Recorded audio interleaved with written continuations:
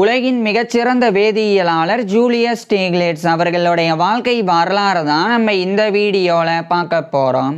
1867 மே 26 அன்னைக்கு யுனைடெட் ஸ்டேட்ஸில் இருக்கிற நியூ ஜெர்சியோடைய ஹட்சன் கவுண்டியில் இருக்கிற ஹோபோக்கனில் எட்வர்ட் ஈஃப்ரியம் ஸ்டீக்லிட்ஸுக்கும் ஹெட்விக் அண்ட் ஒர்னர் ஸ்டீக்லிட்ஸுக்கும் மகனாக பிறக்கிறார் ஜூலியஸ் ஆஸ்கர் ஸ்டீக்லிட்ஸ்.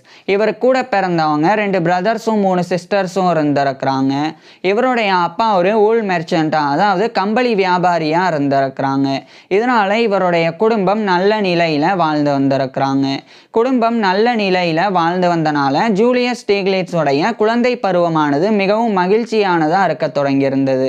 இந்த நிலையில கரெக்டா 1871 ஆண்டு ஜூலியஸ் ஸ்டீக்லிட்ஸுக்கு 4 வயது இருக்கும்போது இவருடைய குடும்பம் இவங்க வாழ்ந்து வரக்கூடிய யுனைடெட் ஸ்டேட்ஸ்ல இருக்கிற நியூ ஜெர்சியோடைய ஹட்சன் கவுண்டியில இருக்கிற ஹோபோக்கன்ல இருந்து அதே யுனைடெட் ஸ்டேட்ஸோடைய நியூயார்க்ல இருக்கிற நியூயார்க் சிட்டிக்கு இடம் பெயர்ந்து போயிடுறாங்க. அங்கு போனதுக்கு அப்புறமா 1872 ஆண்டு ஜூலியஸ் ஸ்டீக்லிட்ஸுக்கு 5 வயது இருக்கும்போது இவருடைய அப்பா இவரை படிக்க வைக்கிறதுக்காக அந்த நியூயார்க் சிட்டியிலே இருக்கக்கூடிய ஒரு பிரைவேட் பிரைமரி ஸ்கூல்ல ஜூலியஸ் ஸ்டீக்லிட்ஸையும் இவருடைய ட்வின் பிரதரான லியோபோல்ட் ஸ்டீக்லிட்ஸ் இவங்க 2 பேரையும் சேர்த்துடுறாங்க. அதாவது ஜூலியஸ் ஸ்டீக்லிட்ஸுக்கு கூட பிறந்தவங்க 2 பிரதர்ஸ் 3 சிஸ்டர்ஸ் இருக்கிறாங்க. அதில் குரோனலாஜிக்கல் ஆர்டர் படி பார்க்கும்போது ஜூலியஸ் ஸ்டீக்லிட்ஸோடைய எல்டர் பிரதரான ஆல்ஃப்ரெட் ஸ்டீக்லிட்ஸ் அவர் முதலாவதாக பிறந்தாங்க. அவருக்கு பிறகு ஃப்ளோரா ஸ்டீக்லிட்ஸ் அப்படின்னு ஜூலியஸ் ஸ்டீக்லிட்ஸோடைய எல்டர் சிஸ்டர் ஒருத்தவங்க பிறந்தாங்க.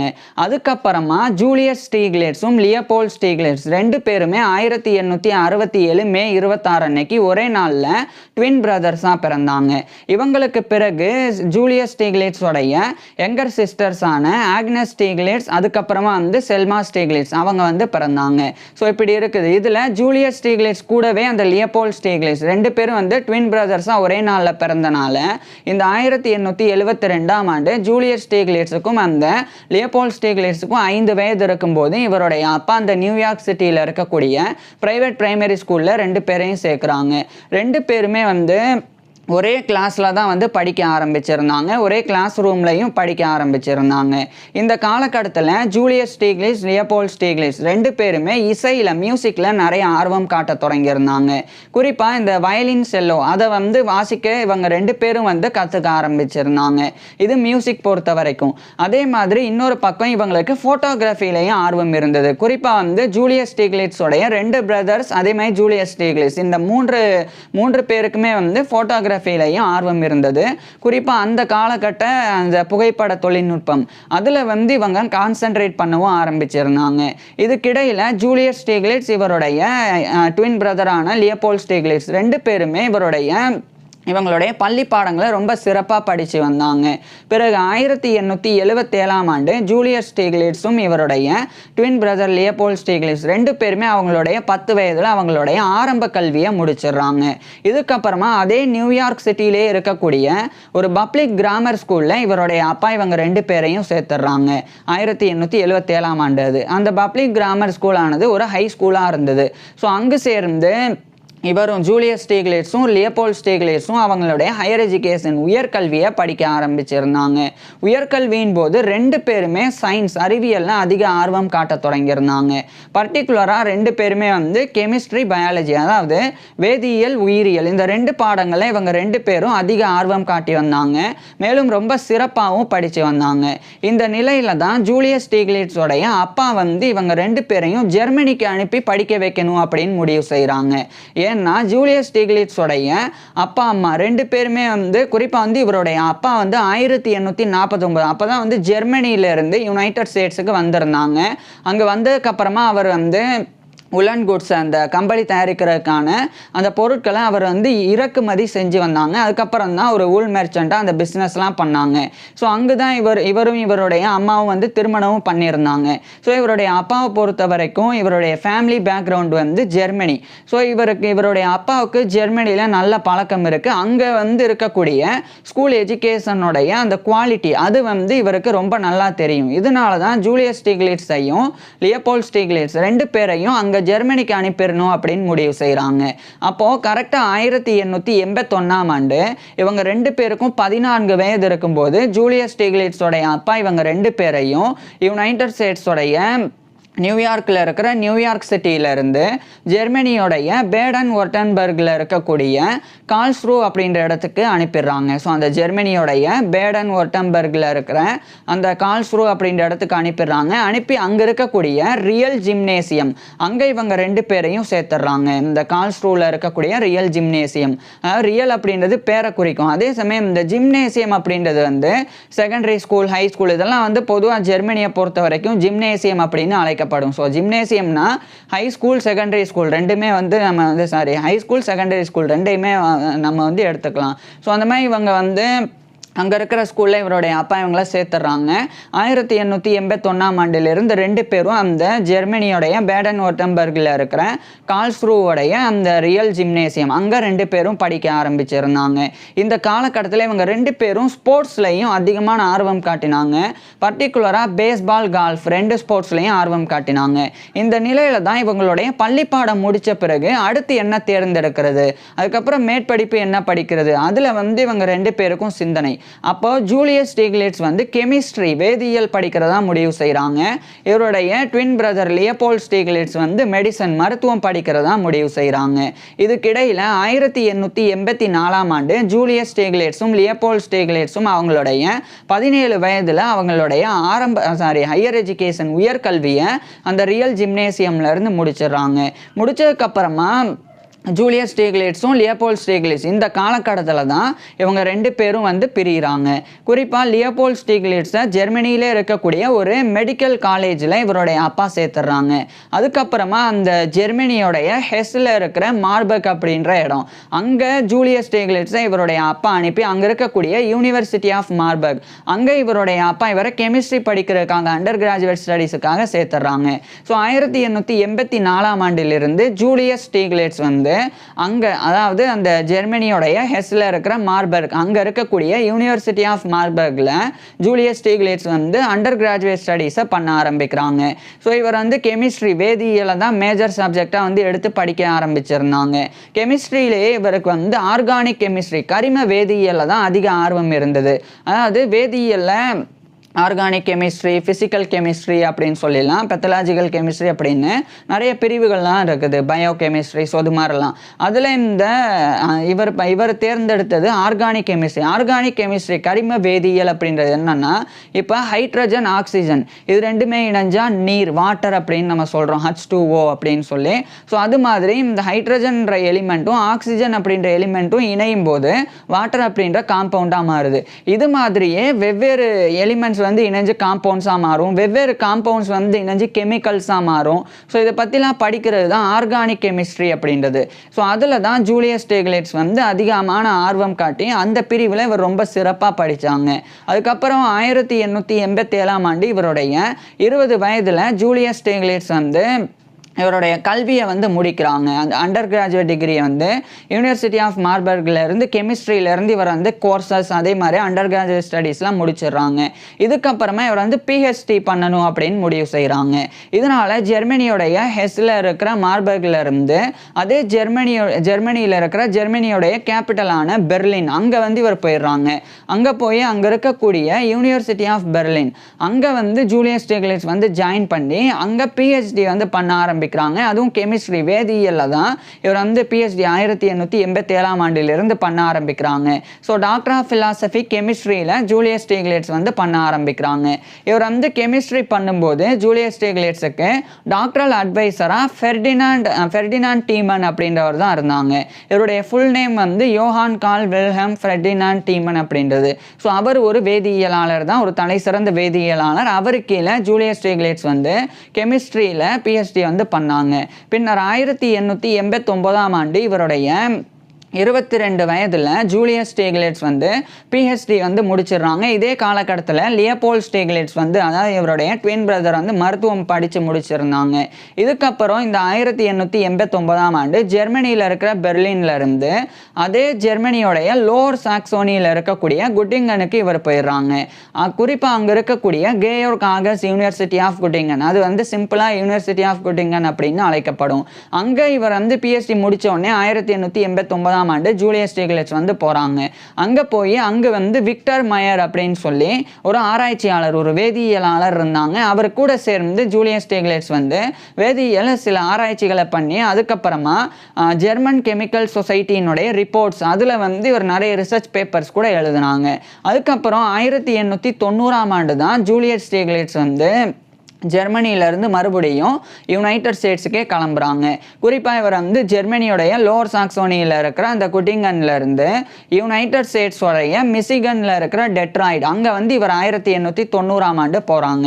அங்கே போய் அந்த டெட்ராய்டில் இருக்கக்கூடிய பார்க் டேவிசன் கம்பெனி அப்படின்ற ஒரு ஃபார்மசிட்டிக்கல் கம்பெனி, ஒரு மருந்தியல் நிறுவனம், அங்கே அதான் மருந்துகள்லாம் தயாரித்து விற்பனை செய்யக்கூடிய ஒரு மருந்து நிறுவனம், அந்த ஒரு பார்க் டேவிசன் கம்பெனி அங்கே வந்து ஜூலியஸ் ஸ்டீக்லிட்ஸ் வந்து ஒர்க் பண்ண ஆரம்பிக்கிறாங்க 1890ஆம் ஆண்டிலிருந்து இவருடைய 23 வயதிலிருந்து. குறிப்பாக ஜூலியஸ் ஸ்டீக்லிட்ஸ் வந்து ஒரு டாக்ஸகாலஜிஸ்டாக, ஒரு நச்சுயியல் நிபுணராக நியமிக்கப்பட்டிருந்தாங்க. இதுக்கப்புறம் அடுத்த ஆண்டு 1891 ஆகஸ்ட் 28 அன்னைக்கு இவருடைய 24 வயதில் ஜூலியஸ் ஸ்டீக்லிட்ஸ் வந்து அனா மரியா ஸ்டீஃபல் அப்படின்ற ஒரு பெண்ணை வந்து இவருடைய 24 வயதில் திருமணம் பண்ணிக்கிறாங்க. திருமணத்துக்கு அப்புறமா ஜூலியஸ் ஸ்டீக்லிட்ஸுக்கும் இவருடைய மனைவியான அனா மரியா ஸ்டீஃபல் ஸ்டீக்லிட்ஸ் இவங்க 2 பேருக்குமே ஹெட்விக் ஜோகோபின் ஸ்டீக்லிட்ஸ் அப்படின்னு ஒரு பெண் குழந்தையும் எட்வர்ட் ஜூலியஸ் ஸ்டீக்லிட்ஸ் அப்படின்னு ஒரு ஆண் குழந்தையும் அப்படின்னு மொத்தமாக 2 குழந்தைகள் பிறந்தது. இது வந்து ஜூலியஸ் ஸ்டீக்லிட்ஸுக்கும் இவருடைய மனைவியான அனா மரியா ஸ்டீஃபல் ஸ்டீக்லிட்ஸ் இவங்க 2 பேருக்கும் பிறந்தது. இது வந்து ஜூலியஸ் ஸ்டீக்லிட்ஸோடைய பர்சனல் லைஃப், தனிப்பட்ட வாழ்க்கையாக இருந்தது. இதுக்கிடையில் 1892ஆம் ஆண்டு யுனைடெட் ஸ்டேட்ஸோடைய இல்லினாய்ஸில் இருக்கிற சிகாகோ, அங்கே இருக்கக்கூடிய யூனிவர்சிட்டி ஆஃப் சிகாகோவுடைய டிபார்ட்மெண்ட் ஆஃப் கெமிஸ்ட்ரி, அங்கே வந்து இவருக்கு ஒரு இன்ஸ்ட்ரக்டர், கற்பிப்பாளராக வந்து வேலை கிடைக்குது. ஸோ இதுக்காக இவர் வந்து இந்த ஒரு பார்க் டேவிசன் கம்பெனி அங்கேருந்து விலகுறாங்க. இன்ஃபேக்ட் சொல்ல போனால் இந்த 1892ஆம் ஆண்டு அந்த ஒரு கம்பெனியில் ஒர்க் பண்ணி ஜூலியஸ் ஸ்டீக்லிட்ஸ் வந்து சலிப்பை வந்து பெற்றிருந்தாங்க, போர் அடிக்க ஆரம்பிச்சிருந்தது. ஸோ இவருக்கு வந்து இந்த மாதிரி இண்டஸ்ட்ரியில், கெமிக்கல் இண்டஸ்ட்ரியில் ஒர்க் பண்ணுறதை விட இவர் வந்து அகாடமிக்கலாக கல்வி ரீதியாக போகணும் அப்படின்னு முடிவு செஞ்சாங்க. இதனால தான் இவர் வந்து யூனிவர்சிட்டி ஆஃப் சிகாகோவுடைய கெமிஸ்ட்ரி டிபார்ட்மெண்ட்டில் இவர் டீச்சிங் பொசிஷனுக்காக அப்ளை பண்ணாங்க. அப்போ இவருக்கு இன்ஸ்ட்ரக்டர், கற்பிப்பாளர் அப்படின்ற பதவி கிடைச்சது. ஸோ இவர் வந்து பார்க் டேவிசன் கம்பெனியில இருந்து ரிசைன் பண்ணிட்டு யுனைடெட் ஸ்டேட்ஸோடைய மிசிகன்ல இருக்கிற டெட்ராய்டில் இருந்து அதே யுனைடெட் ஸ்டேட்ஸில் இருக்கிற இல்லினாயோடைய கூக் கவுண்டியில் இருக்கிற சிகாகோ அங்கே போய் இவருடைய ஃபேமிலியெல்லாம் அழைச்சிட்டு போயிடுறாங்க. ஸோ அங்கே போய் அங்கே இருக்கக்கூடிய யூனிவர்சிட்டி ஆஃப் சிகாகோவுடைய டிபார்ட்மெண்ட் ஆஃப் கெமிஸ்ட்ரியில் ஒரு இன்ஸ்ட்ரக்டராக 1892ஆம் ஆண்டிலிருந்து பணிபுரிய ஆரம்பிக்கிறாங்க. ஆனால் இதில் சில விஷயங்கள் இருக்குது. அதாவது ஜூலியஸ் ஸ்டீக்லிட்ஸ் வந்து இப்போ சம்பளம் எதுவும் பெறாமல், அந்த யூனிவர்சிட்டி ஆஃப் சிகாகோவில் சம்பளம்லாம் இவருக்கு ஆரம்பத்தில் வழங்கப்படலை. இவர் ஒரு டோசண்டாக தான் ஜாயின் பண்ணாங்க. அங்கே இருக்கக்கூடிய ஸ்டூடெண்ட்ஸ் தான் இவருக்கு வந்து சில டொனேஷன்ஸ்லாம் பண்ணாங்க, இவர் ரொம்ப நல்லா கற்பிக்கிறார் அப்படின்னு. ஜூலியஸ் ஸ்டீக்லிட்ஸுக்கு பணம் இல்லைனாலும் இவர், அதாவது வருமானம் கொடுக்கல, அவங்க சேலரி கொடுக்கலனாலும் இவர் அங்கே போய் சேர்ந்ததுக்கு முக்கிய காரணம் இவருக்கு கெமிக்கல் இண்டஸ்ட்ரியில் ஒர்க் பண்ணது போதும், இவர் அகாடமிக்கலாக ஈடுபடணும் அப்படின்னு விரும்பினப்போ இவருக்கு உடனடியாக கிடைச்சது அந்த யூனிவர்சிட்டி ஆஃப் சிகாகோவுடைய கெமிஸ்ட்ரி டிபார்ட்மெண்ட்டில் தான் டீச்சிங் பொசிஷன் கிடைச்சிது. ஸோ அதனால் இவருக்கு பணம் கிடைக்கலனாலும் போய் ஜாயின் பண்ணாங்க. ஆனால் இவருடைய டீச்சிங் கெப்பாசிட்டியை உடனடியாக அந்த யூனிவர்சிட்டி ஆஃப் சிகாகோ வந்து உணர்ந்தாங்க. இதன் காரணமாக 1893ஆம் ஆண்டு ஜூலியஸ் ஸ்டீக்லிட்ஸுக்கு வந்து இன்ஸ்ட்ரக்டர் அப்படின்ற பதவியிலிருந்து அசிஸ்டன்ட் ப்ரொஃபஸர் அப்படின்ற பதவி உயர்வை கொடுக்குறாங்க, ப்ரமோஷன் பண்ணுறாங்க. ஸோ கற்பிப்பாளர் அப்படின்ற பொறுப்பிலிருந்து உதவி பேராசிரியராக இவர் வந்து 1893ஆம் ஆண்டு நியமிக்கப்படுறாங்க. மேலும் அந்த 1893ஆம் ஆண்டிலிருந்து யுனிவர்சிட்டி ஆஃப் சிகாகோ தரப்பிலிருந்து ஜூலியஸ் ஸ்டிக்லிட்ஸுக்கு வந்து நிறைய அந்த சேலரிலாம் வழங்கவும் ஆரம்பிக்கிறாங்க. இந்த 1893 தான் ஜூலியஸ் ஸ்டிக்லிட்ஸ் வந்து இவருடைய மேரேஜ் பண்ணார் அப்படின்னு ஒரு சில இடங்களில் வந்து குறிப்பிடப்பட்டிருக்கு. ஆனால் அது வந்து உறுதிப்படுத்தப்படலை. இது ஒரு பக்கம் இருக்க, ஜூலியஸ் ஸ்டிக்லிட்ஸ் வந்து தொடர்ச்சியாக இவருடைய ஆராய்ச்சிகளை கெமிஸ்ட்ரியில் ஒரு பக்கம் இவர் வந்து ஒரு அசிஸ்டன்ட் ப்ரொஃபஸர் ஆஃப் கெமிஸ்ட்ரியா, அதாவது வேதியியல் உதவி பேராசிரியராக ஒர்க் பண்ணிக்கிட்டு இன்னொரு பக்கம் கெமிஸ்ட்ரியில் ரிசர்ச்சும் பண்ண ஆரம்பிக்கிறாங்க. பர்டிகுலராக இவர் வந்து ஆர்கானிக் கெமிஸ்ட்ரி அதில் வந்து இவர் ரிசர்ச் பண்ண ஆரம்பிக்கிறாங்க. குறிப்பாக 1895 காலகட்டத்திலலாம் ஜூலியஸ் ஸ்டிக்லிட்ஸ் வந்து ஒரு முக்கியமான விஷயத்தில் ஈடுபட தொடங்குறாங்க. அதுதான் ஃபார்மசிட்டிக்கல் கெமிஸ்ட்ரி, மெடிசினல் கெமிஸ்ட்ரி. அதில் இவர் வந்து நிறைய ரிசர்ச்சர்ஸ்லாம் பண்ண ஆரம்பிக்கிறாங்க. அதாவது மருந்தியல் வேதியியல், மருத்துவ வேதியியல் இதெல்லாம் வந்து முழுமையாக வந்து மருந்துகள், அதுக்கப்புறமா வந்து உடலில் ஏற்படக்கூடிய மாற்றங்கள், வேதியியல் மாற்றங்கள், ஸோ அது பற்றினது. அதில் ஜூலியஸ் ஸ்டிக்லிட்ஸ் வந்து நிறைய ஆர்வம் காட்டினாங்க. குறிப்பாக அமெரிக்கன் கெமிக்கல் சொசைட்டியோடைய ஜேர்னல், அதில் இவர் வந்து நிறைய கெமிஸ்ட்ரி சார்ந்த ரிசர்ச் பேப்பர்ஸை இந்த காலகட்டத்தில் எழுதி பப்ளிஷ் பண்ண ஆரம்பிச்சிருந்தாங்க.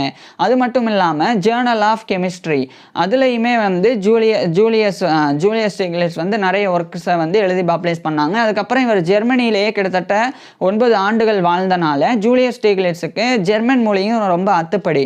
இதனால் இவர் வந்து ஜெர்மனியோடைய reports of German chemical society அதனுடைய அந்த ஜேர்னலை இவர் வந்து நிறைய ரிசர்ச் பேப்பர்ஸ்லாம் எழுதி பப்ளிஷ் பண்ண ஆரம்பிச்சிருந்தாங்க.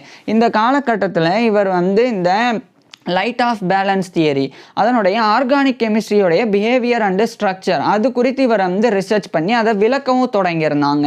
அது மட்டும் இல்லாமல் புதிதாக ஜூலியஸ் ஸ்டிக்லிட்ஸ் ஒரு முக்கியமான விஷயத்தை பண்ணாங்க.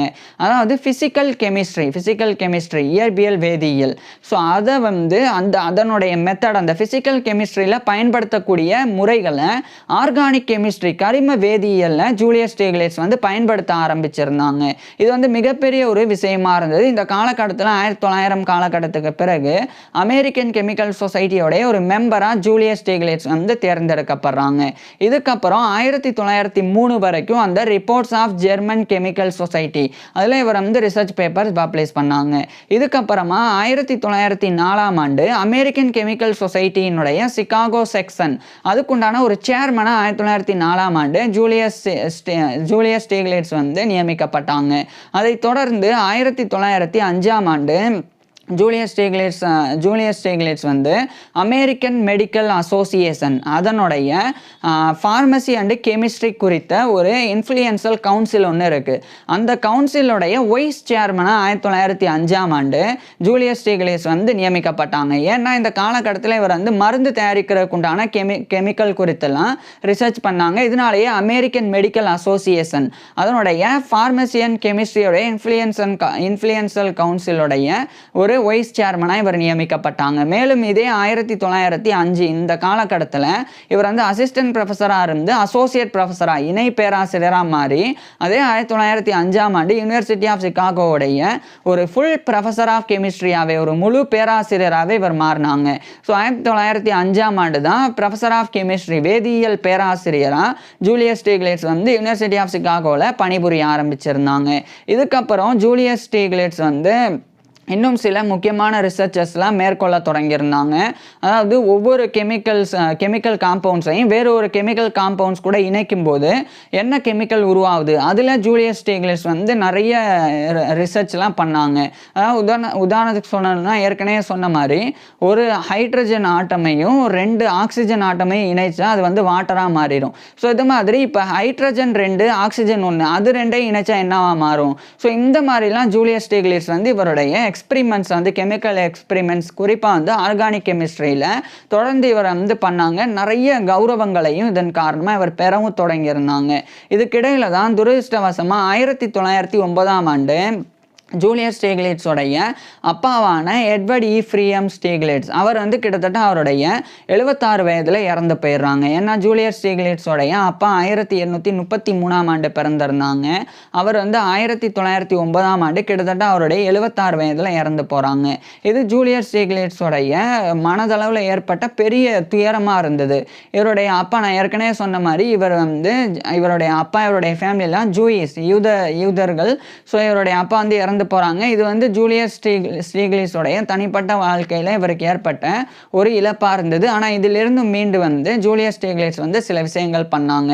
குறிப்பாக இந்த அமெரிக்கன் கெமிக்கல் சொசைட்டியோடைய அந்த ஒரு அமெரிக்கன் கெமிக்கல் சொசைட்டியோடைய சிகாகோ செக்ஷனுடைய சேர்மனாக இவர் இருந்தாங்க. அப்போ அந்த சிகாகோ செக்ஷனில் வில்லார்ட் கிப்ஸ் அவார்டு அப்படின்னு சொல்லி ஒரு விருது வந்து 1910 எஸ்டாப்ளிஷ் பண்ணப்பட்டது. அதுக்கு வந்து ஜூலியஸ் ஸ்டீக்லிட்ஸும் சில உதவிகள் வந்து பண்ணாங்க. இதுக்கப்புறமா ஜூலியஸ் ஸ்டீக்லிட்ஸ் வந்து தியரி ஆஃப் அயனைசேஷன், அயனியாக்கம், அதனுடைய கோட்பாட்டை இவர் எழுதினாங்க. அது மட்டும் இல்லாமல் கெமிக்கல் ஈக்லிபிரியம், அதனுடைய விதி, லாஸ் ஆஃப் கெமிக்கல் ஈக்லிபிரியம், இந்த ரெண்டையுமே, இந்த லாஸ் ஆஃப் கெமிக்கல் ஈக்லிபிரியம், அதாவது theory of ionisation and laws of chemical equilibrium, இந்த ரெண்டையுமே இவர் வந்து elements of qualitative chemical analysis அப்படின்னு ஒரு புக்கு அதை வந்து எழுதி, அதில் இந்த 2 விஷயங்களை எழுதி 1911 ஜூலியஸ் ஸ்டீக்லிட்ஸ் வந்து பப்ளிஷ் பண்ணாங்க. குறிப்பாக அந்த elements of qualitative chemical analysis அதனுடைய ஃபர்ஸ்ட் வால்யூமாக இந்த 1911 இவர் வெளியிட்டிருந்தாங்க. பிறகு அதே 1911 ஜூலியஸ் ஸ்டீக்லிட்ஸ் வந்து யுனைடெட் ஸ்டேட்ஸோடைய நேஷனல் அகாடமி ஆஃப் சயின்சஸ் அதனுடைய ஒரு மெம்பராக தேர்ந்தெடுக்கப்பட்டாங்க. இதுக்கப்புறமா 1912 மறுபடியும் அந்த elements of qualitative chemical analysis அதனுடைய செகண்ட் வால்யூமையும் ஜூலியஸ் ஸ்டீக்லிட்ஸ் வந்து பப்ளிஷ் பண்ணாங்க. பிறகு ஜூலியஸ் ஸ்டீக்லிட்ஸ் வந்து இன்னொரு ஆர்கானிக் கெமிஸ்ட்ரியில் ஒரு முக்கியமான ரீஅரேஞ்ச்மெண்ட் ரியாக்ஷன் குறித்து ஆராய்ச்சியில் ஈடுபட தொடங்குறாங்க. அதில் பர்டிகுலராக இவர் வந்து ஹைட்ராக்சிலாமின்ஸ் அப்படின்னு சொல்லி ஒரு வகையான மூலக்கூறுகள் அதை பயன்படுத்தி அதன் மூலமா ஐமைன் அப்படின்ற வேறு ஒரு மூலக்கூறுகளை உருவாக்கணும். ஸோ அதில் ஜூலியஸ் ஸ்டீக்லிட்ஸ் வந்து ஈடுபட்டு 1913 அதை இன்வெஸ்டிகேட் வந்து ஜூலியஸ் ஸ்டீக்லிட்ஸ் வந்து பண்ணி அதை வந்து ரிசர்ச் மூலமாக அந்த ஒரு எக்ஸ்பெரிமெண்ட்டை வந்து முடித்தாங்க. குறிப்பாக இவர் வந்து என்ன பண்ணாங்கன்னா, இப்போ கார்பன் ஆட்டம் இருக்குது, கார்பன் அணுக்கள் இருக்குது அப்படின்னா அதை வந்து நைட்ரஜன் அணுக்களுக்குள்ள அந்த கார்பன் அணுக்களில் இருக்கக்கூடிய ஒரு அணுவோ அல்லது அணுக்களின் குழுவோ அப்படியே வந்து இடமாற்றம் ஷிஃப்ட் பண்ணி நைட்ரஜன் ஆட்டம்ஸில் வந்து அனுப்புறது. ஸோ கார்பன் ஆட்டம், அதாவது கார்பன் அணு, அதில் இருக்கக்கூடிய அணு அல்லது அணு குழுக்கள் அதை வந்து அப்படியே ஷிஃப்ட் பண்ணி நைட்ரஜன் ஆட்டமில் வந்து மாற்றுறது. இப்படி மாற்றுறதன் மூலமாக ஹைட்ராக்சிலமைன்ஸ் அப்படின்ற மாலிகுல், அந்த ஒரு மூலக்கூறானது ஐமைன் அப்படின்ற மூலக்கூறா மாறினது. இது வந்து ரீஅரேஞ்ச்மெண்ட் ரியாக்ஷன் அப்படின்னு அழைக்கப்படும். ரீஅரேஞ்ச்மெண்ட் அப்படின்னா, இப்போ உதாரணத்துக்கு ஒரு பசில் இருக்கு, அதில் வந்து இந்த பக்கம் ஃபுல்லாக ஒயிட்டு, இங்கே வந்து பிளாக் அப்படின்னு இருக்கு, இங்கே வந்து க்ரீன் இருக்குன்னா அதை அப்படியே சுற்றி வேறு மாதிரி மாற்றும் போது வேறு மாதிரி அப்படியே ரீஅரேஞ்ச் பண்ணால் இங்கே பிளாக், இங்கே ஒயிட்டு, இங்கே வந்து க்ரீன், இப்படி இடம் வந்து மாறும். ஸோ அந்த மாதிரி தான் அதுதான் ரீஅரேஞ்ச்மெண்ட். அந்த மாதிரி கெமிஸ்ட்ரியை பொறுத்த வரைக்கும் ஆர்கானிக் கெமிஸ்ட்ரியிலே இவர் பண்ணது வந்து நான் ஏற்கனவே சொன்ன மாதிரி கார்பன் ஆட்டம், அதில் இருக்கக்கூடிய ஒரு அணு அல்லது அணு குழுக்கள் அதை வந்து அப்படியே நைட்ரஜன் ஆட்டம்ல வந்து ஷிஃப்ட் பண்றனால இந்த மாற்றங்கள் வந்து ஏற்படும். அதுல இவர் பண்ணது வந்து ஹைட்ராக்சிலமைன் அப்படின்ற மூலக்கூறை அதை வந்து அப்படியே மாறுதலுக்கு உட்படுத்தி அந்த ஹைட்ராக்சிலமைனையே வந்து அப்படியே ஐமைன் அப்படின்ற வேறு ஒரு மூலக்கூறாக இவர் வந்து மாற்றி காமிச்சாங்க. ஸோ அந்த ஒரு ரீஅரேஞ்ச்மெண்ட்டுக்கு பேரே வந்து ஜூலியஸ் ஸ்டீக்லிட்ஸோடைய பேரில் ஸ்டீக்லிட்ஸ் ரீஅரேஞ்ச்மெண்ட் அப்படின்னு அழைக்கப்பட ஆரம்பிச்சிருந்தது. இது 1913 ஜூலியஸ் ஸ்டீக்லிட்ஸ் வந்து பண்ணாங்க. இதுக்கப்புறம் 1914 American Academy of Arts and Sciences அதனுடைய ஒரு மெம்பராக ஜூலியஸ் ஸ்டீக்லிட்ஸ் வந்து 1914 தேர்ந்தெடுக்கப்பட்டாங்க. இதுக்கப்புறம் அதே 1914 ஃபர்ஸ்ட் வேர்ல்டு வார், முதல் உலகப் போரானது தொடங்கிறது. இந்த முதல் உலகப் போரில் நிறைய மருந்துகள் வந்து தேவைப்பட்டது. ஸோ அதுக்காக யூரோப்பில் இருந்து அமெரிக்காவுக்கு வரக்கூடிய மருந்துகள், கெமிக்கல், சிந்தட்டிக் ஆர்கானிக்ஸ் அதெல்லாம் வந்து தட்டுப்பாடு ஏற்படுது. ஏன்னா யூரோப்பில் தான் போரே நடக்குது. அப்படி போர் நடக்கும்போது அமெரிக்காவுக்கு வர வேண்டிய, அமெரிக்கா வந்து யூரோப்பில் இருந்து இறக்குமதி பண்ணக்கூடிய சில கெமிக்கல்ஸ் வந்து கிடைக்காம போகுது. அப்போ ஜூலியஸ் ஸ்டீக்லிட்ஸ் வந்து கவர்மெண்ட்டுக்கு ஹெல்ப் பண்ணுறதுக்காக சில சிந்தட்டிக் ஆர்கானிக் கெமிக்கல்ஸை உருவாக்குறதுல இவர் வந்து முனைப்பு காட்டினாங்க. இதுக்கப்புறம் 1915 யூனிவர்சிட்டி ஆஃப் சிகாகோ அதனுடைய டிபார்ட்மெண்ட் ஆஃப் கெமிஸ்ட்ரியோடைய சேர்மனாகவே 1915 ஜூலியஸ் ஸ்டீக்லிட்ஸ் வந்து நியமிக்கப்பட்டாங்க. இதைத் தொடர்ந்து 1917 அமெரிக்கன் கெமிக்கல் சொசைட்டி அதனுடைய ஒரு பிரசிடெண்டாகவே ஜூலியஸ் ஸ்டீக்லிட்ஸ் தேர்ந்தெடுக்கப்பட்டாங்க. இதுக்கப்புறம் 1918 முதல் உலகப் போர் முடிவடையுது. அதே 1918 யுனைடெட் ஸ்டேட்ஸ் ஹெல்த் சர்வீஸ் அதில் இவர் வந்து ஒரு மெம்பராக ஜாயின் பண்ணி இந்த அமெரிக்கன் ட்ரக் அசோசியேஷன் இது போன்றவைகள், அதாவது மருந்து கட்டுப்பாடெல்லாம் ஏற்படுத்தக்கூடிய விஷயங்கள் அதெல்லாம் கொண்டு வர்றதில் ஜூலியஸ் ஸ்டீக்லிட்ஸ் வந்து ஒர்க் பண்ண தொடங்கியிருந்தாங்க. இதுக்கப்புறமா 1919ஆம் ஆண்டு ஜூலியஸ் ஸ்டீக்லிட்ஸ் வந்து இந்த வேறு ஒரு விஷயம், இந்த American academy arts and sciences மாதிரியே வேறு ஒரு அகாடமி, அதில் ஒரு மெம்பராக 1919ஆம் ஆண்டு ஜூலியஸ் ஸ்டீக்லிட்ஸ் வந்து நியமிக்கப்பட்டாங்க. அதனுடைய பேர் வந்து நான் வந்து மென்ஷன் பண்ணுறேன். ஸோ அது என்ன அப்படின்றத. இதுக்கப்புறம் 1920 காலகட்டத்தில் ஜூலியஸ் ஸ்டீக்லிட்ஸ் வந்து தொடர்ச்சியாக இன்னும் இவருடைய ஆர்கானிக் கெமிக்கல் அந்த ரிசர்ச்சில் ஈடுபட்டாங்க. இந்த நிலையில தான் துரதிர்ஷ்டவசமாக 1922ஆம் ஆண்டு ஜூலியஸ் ஸ்டீக்லிட்ஸோடைய அம்மாவான ஹெட்விக் ஆன் ஒர்னர் ஸ்டீக்லிட்ஸ் அவங்களும் வந்து கிட்டத்தட்ட அவங்களுடைய 77 வயதில் இறந்து போயிடுறாங்க. ஏன்னா ஜூலியஸ் ஸ்டீக்லிட்ஸோடைய அம்மா 1845ஆம் ஆண்டு பிறந்திருந்தாங்க. இவருடைய அப்பாவோட 12 வயது கம்மி. அவங்க 1922 கிட்டத்தட்ட அவங்களுடைய 77 வயதில் இறந்து போகிறாங்க. இது ஜூலியஸ் ஸ்டீக்லிட்ஸோடைய தனிப்பட்ட வாழ்க்கையில் இவருக்கு ஏற்பட்ட இன்னொரு இழப்பாக இருந்தது. ஆனால் இதையும் கடந்து ஜூலியஸ் ஸ்டீக்லிட்ஸ் வந்து தொடர்ச்சியாக இவருடைய ஒர்க்கில் வந்து ஈடுபட ஆரம்பிச்சிருந்தாங்க. மேலும் இவர் நிறைய ரிசர்ச்சும் வந்து பண்ண ஆரம்பிச்சிருந்தாங்க. இதுக்காக 1923ஆம் ஆண்டு அமெரிக்கன் கெமிக்கல் சொசைட்டியோடைய சிகாகோ செக்ஷன் தரப்பிலிருந்து இவருக்கு வந்து வில்லார்ட் கிப்ஸ் அவார்டு அது வந்து வழங்கப்பட்டது. இது 1910ஆம் ஆண்டு நிறுவப்பட்டது, நான் ஏற்கனவே சொன்னேன். ஸோ அந்த விருது 1923ஆம் ஆண்டு ஜூலியஸ் ஸ்டீக்லிட்ஸ் வந்து பெற்றாங்க. அதுக்கப்புறம் 1924ஆம் ஆண்டு அமெரிக்கன் மெடிக்கல் அசோசியேஷனுடைய ஃபார்மசி அண்டு கெமிஸ்ட்ரி அது குறித்த இன்ஃப்ளூயன்ஷியல் கவுன்சிலோடைய வைஸ் சேர்மன் அப்படின்ற பதவியிலிருந்து 19 ஆண்டுகளுக்கு பிறகு 1924ஆம் ஆண்டு ஜூலியஸ் ஸ்டீக்லிட்ஸ் வந்து விலகுறாங்க. ஏன்னா 1905 இந்த பொறுப்பில் இருந்தாங்க. 1924 இவர் இந்த பொறுப்பில் இருந்து விலகினாங்க. இதுக்கப்புறமா ஜூலியஸ் ஸ்டீக்லிட்ஸ் வந்து chemistry and recent progress in medicine அப்படின்னு ஒரு புக், இது 1926ஆம் ஆண்டு ஜூலியஸ் ஸ்டீக்லிட்ஸ் எழுதி பப்ளிஷ் பண்ணாங்க. அதுக்கப்புறமா கெமிஸ்ட்ரி இன் மெடிசன் அப்படின்னு ஒரு புக்கு, இது 1928ஆம் ஆண்டு ஜூலியஸ் ஸ்டீக்லிட்ஸ் எழுதி பப்ளிஷ் பண்ணாங்க. இதுக்கப்புறமா 1930 காலகட்டத்தில் கொஞ்சம் கொஞ்சமாக இவர் வந்து ரிட்டையர் ஆக ஆரம்பிக்கிறாங்க. குறிப்பாக 1931ஆம் ஆண்டு யுனைடெட் ஸ்டேட்ஸ் ஹெல்த் சர்வீஸில் இருந்து 13 ஆண்டுகளுக்கு பிறகு 1931 இவர் வந்து விலகுறாங்க. ஏன்னா 1918 அந்த பொறுப்பிலிருந்து 1931 விலகுறாங்க. இதுக்கப்புறம் 1933ஆம் ஆண்டு ஜூலியஸ் ஸ்டீக்லிட்ஸ் வந்து இவருடைய 66 வயதில் இவர் வந்து முழுமையாக வந்து ரிட்டையரும் ஆயிடுறாங்க. குறிப்பாக ஜூலியஸ் ஸ்டீக்லிட்ஸ் வந்து இவருடைய 66 வயதில் யூனிவர்சிட்டி ஆஃப் சிகாகோவுடைய ப்ரொஃபசர் ஆஃப் கெமிஸ்ட்ரி வேதியியல் பேராசிரியர் அந்த பதவியிலிருந்தும் chairman of the department of chemistry அந்த பதவியிலிருந்தும் 1933ஆம் ஆண்டு ஜூலியஸ் ஸ்டீக்லிட்ஸ் வந்து ரிட்டையர் ஆகுறாங்க.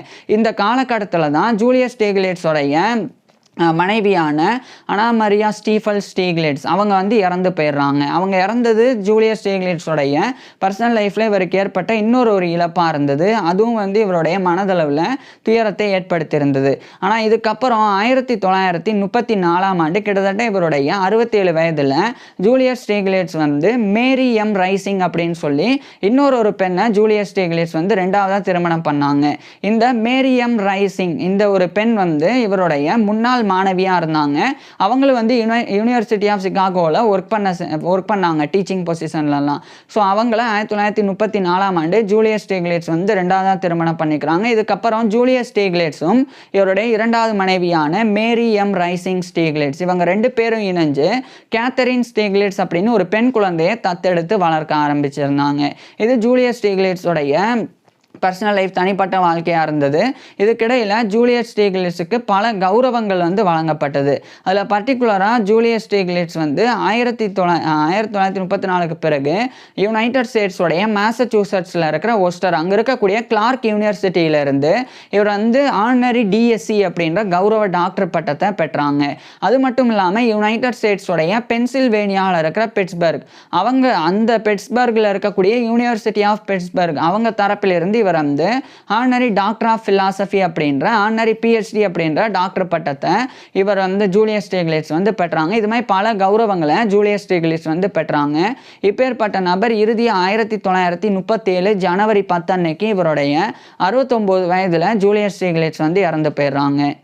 ஸோ 1937 ஜனவரி 10 அன்னைக்கு இவருடைய 69 வயதில் ஜூலியஸ் ஸ்டீக்லிட்ஸ் வந்து இறந்து போகிறாங்க. இவர் இறந்து போன 3 ஆண்டுகளுக்கு பிறகு 1940ஆம் ஆண்டு, இதுக்கு இடையில் ஒரு விஷயம், 1956 ஜூலியஸ் ஸ்டீக்லிட்ஸோடைய இந்த ட்வின் பிரதரான லியோபோல்ட் ஸ்டீக்லிட்ஸ் அவர் வந்து ஒரு மருத்துவராக இருந்து அவர் வந்து கிட்டத்தட்ட அவருடைய 89 வயதில் இறந்தாங்க. நான் ஏற்கனவே சொன்ன மாதிரி இவர் பிறந்த நாளில் தான் அவரும் பிறந்தாங்க.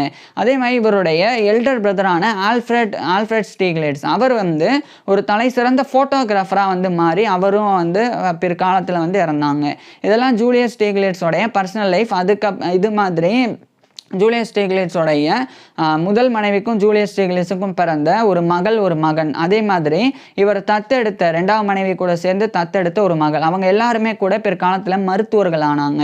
ஸோ அதெல்லாம் ஜூலியஸ் ஸ்டீக்லிட்ஸோடைய பர்சனல் லைஃப், தனிப்பட்ட வாழ்க்கை. இன்னொரு பக்கம் ஜூலியஸ் ஸ்டீக்லிட்ஸை கௌரவப்படுத்துறதுக்காக 1940ஆம் ஆண்டு ஜூலியஸ் ஸ்டீக்லிட்ஸோடைய பேரில் ஸ்டீக்லிட்ஸ் லெக்சர்ஸ் அப்படின்னு சொல்லி இவருடைய பேரில் ஒரு கெமிக்கல் லெக்சர், ஒரு வேதியியலுக்கான ஒரு விரிவுரையானது அமெரிக்கன் கெமிக்கல் சொசைட்டி, அதேமாதிரி யூனிவர்சிட்டி ஆஃப் சிகாகோ, இவங்க 2 பேர் தரப்பிலிருந்து மாறி 1940 அமெரிக்கன் கெமிக்கல் சொசைட்டி வந்து அந்த விரிவுரை கொடுக்குறாங்கன்னா 1941 அந்த யூனிவர்சிட்டி ஆஃப் சிகாகோ கொடுப்பாங்க. ஸோ இதுமாதிரி மாற்றி வருடம் வந்து கொடுக்க தொடங்கியிருந்தாங்க. இது ஜூலியஸ் ஸ்டீக்லிட்ஸ் கெமிஸ்ட்ரியில் ஆற்றின பங்களிப்புக்காக. நான் ஏற்கனவே சொன்ன மாதிரி இவர் பல விஷயங்கள் பண்ணியிருந்தாங்க. குறிப்பாக இவர் பண்ணது வந்து இவர் கண்டுபிடிச்ச அந்த ரீஅரேஞ்ச்மெண்ட் ரியாக்ஷன், அது ஒரு கெமிக்கல் ரியாக்ஷன், கெமிக்கல் ப்ராசஸ் அப்படின்னு அழைக்கப்படும். அது இவருடைய பேரில், ஜூலியஸ் ஸ்டீக்லிட்ஸோடைய பேரில் ஸ்டீக்லிட்ஸ் ரியாக்ஷன் அப்படின்னு அழைக்கப்படுது. ஸோ இது போன்ற விஷயங்களை ஜூலியஸ் ஸ்டீக்லிட்ஸ் வந்து கெமிஸ்ட்ரியில் செஞ்சுருந்தாங்க. ஸோ இப்பேற்பட்ட ஜூலியஸ் ஸ்டீக்லிட்ஸ் பற்றி நீங்கள் என்ன நினைக்கிறீங்க அப்படின்றத கீழே கமெண்ட்ஸில் சொல்லுங்கள். உங்களுக்கு எந்த மாதிரியான டாபிக்ஸில் எந்த மாதிரியான வீடியோஸ் வேணும் அப்படின்றதையும் கீழே கமெண்ட்ஸில் சொல்லுங்கள்.